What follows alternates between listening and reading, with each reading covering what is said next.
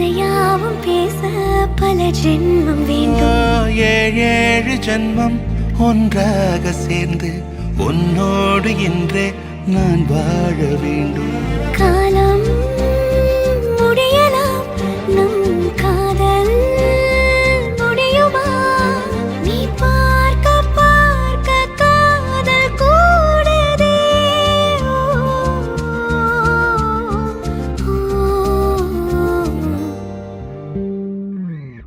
உன்னாலே என் நாளும் என் ஜீவன் வாழுதே.